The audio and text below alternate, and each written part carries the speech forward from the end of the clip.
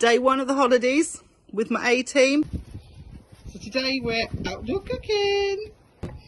We need 2 children, a rolling pin, self-raising flour, margarine, butter. These can be dairy-free versions. A little bit of finely chopped onion. If your children don't like that, soften it and blend it into the milk, or don't use it at all. We have tomato puree. If they don't like that, use garlic paste. We have some mixed herbs, some fresh herbs, and some cheese that we're going to grate with our lovely graters. So first of all, we take some flour. We're not accurate and we don't measure, so we do like, oh, should we have half a bowl full? Yeah. Go on then, let's have half a bowl full of flour. Shake it all in there. Okay, and then from that we're going to take a dollop of butter. Big bit. About a spoonful. Chop it in, chop, chop, chop, and then we'll rub it in with our fingers in a minute. We'll do some lovely rubbing in.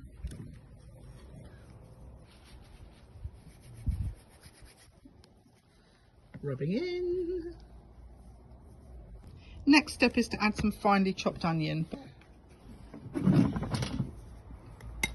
Next, for flavour, if you want to add salt and pepper. If not, we're going to add some herbs. So we have mixed herbs here, or basil, and we also have fresh herbs. So this then, if you've got fresh herbs, is great because we can do a cutting activity. Bendy scissors for our little ones. Small hand scissors, these are lovely. These are from Montessori Hut. I've just acquired these. And we also have these scissors, which is what I'm going to give to Fred because he's a bit bigger. So cut those into tiny bits. This is chive. Sprinkle. Half a teaspoon's enough. Yep, onto your hands, a really good idea.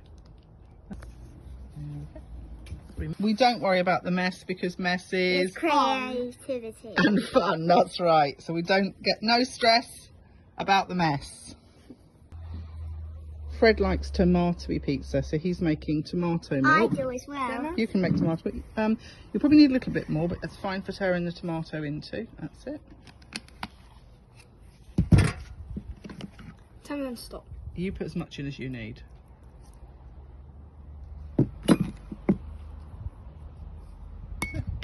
Stir it in.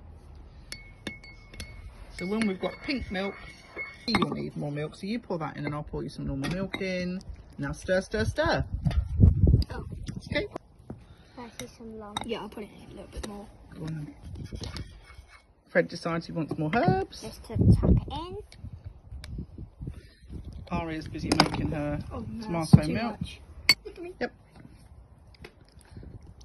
Pour, pour, pour, then mix, mix, mix, chuck it all in. Over here you can see, Freddie, how do you know that your dough's nearly ready? What's it doing? It gets all sticky. And where does it clusters up into a ball? It does, it comes up into a ball and it comes off the edge of the dish, doesn't it? I think that's ready. Right, swap to fingers now and give it a mix. Do you mean give Okay, can you just do it? No, you can do it. My fingers through already. Well, just keep them in knuckles, keep them in fisties. Let me have a feel. There's still lots of flour. Yeah, let's start mixing it together with your hands. Yeah. There's a lot down there. Let's have a look. Right, so mix those bits into a ball. Over there like that. There's lots. Right, so Fred's going to knead this now until it becomes stretchy. So he knows to press it all out, roll it in a ball. And he has some flour. Why do you have extra flour, Fred? To make it stop sticking. That's correct. And you are making yours into a ball, so we'll have a look at that. Yes. So partway through cooking, Fred needs to bounce, but he knows that. So he just takes himself off. Don't make a fuss about it. Trust in the child, he knows he needs movement. Then we're back for the heavy work. There we go. So Aria's now on the rolling out. She's making a round pizza for a round dish. Fred's made a rectangular one. Now we have the squeezing and the spreading of the tomato puree. Do you want any garlic on it? I've got garlic spread too. No, just the tomato.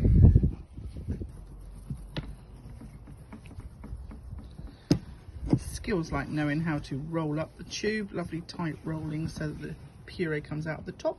That's enough. Fantastic. Give them the size of cheese that you want them to have so you don't get fingers all over your whole block of cheese. So probably about a 2-ounce chunk is enough for this pizza. If you like really cheesy things, you can grate some into the base at the mixing in stage. There we go. side by side, working peacefully, brother and sister, with their own work, doing every step. And they can each eat their own pizza and be proud of it. So this is the stage. Anything else you want on your pizza, whether you want anchovies or little pieces of pineapple or ham or anything else that you have on your pizza topping, pepperoni, put it on. Then the cheese layer goes last because it makes a lovely crust and seals the rest in so that it doesn't burn and dry out. There we go, lots of delicious cheese, because you two like herb, cheese and tomato pizza the most, don't you? I forgot to put my herbs on. Okay, pop some more herbs on top. Which ones do you want? I want this. I want that. Okay, sprinkle onto your hand first. Can you get something a bit lacquered? Okay, we'll get you some more cheese. Perfect, again, here. That was perfect. Let's have a look. So, what's the next step? You got to finish the cheese part. Okay, does anyone remember the temperature of the oven and for how long? 200 degrees, half an hour. Well remembered. Let's go to the oven. One setting the timer. Everyone helps tidy, putting the things away. And the mess that's left just goes to the birds. This is fun. Irish salt and cutlery.